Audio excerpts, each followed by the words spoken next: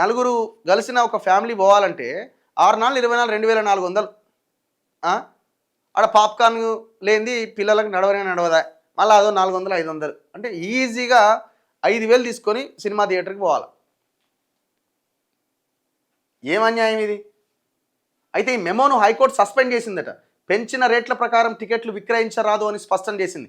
High court జారీ చేసిన ఈ ఉత్తర్వుల సమాచారాన్ని మెమో జారీ చేసిన హోంశాఖ ప్రత్యేక కార్యదర్శి సంబంధిత నిర్మాణ సంస్థ బుక్ మై షో తదితరులకు తెలియజేయాలని పేర్కొన్నది. ఈ ఉత్తర్వులకు ఖచ్చితంగా అమలు చేయాలని పేర్కొన్నది. ఎంత ఉంది ఇప్పుడు టికెట్ రేటు?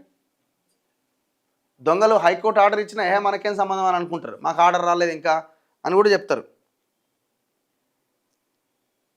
మరి ఇలా ఏం ఆపిండో, ఇలా విమానాలు ఆపిండేమో, ఇండిగో విమానం అట్లాంటివి. మరి ఈ సినిమాలు ఏం ఆపిండో బాలకృష్ణ.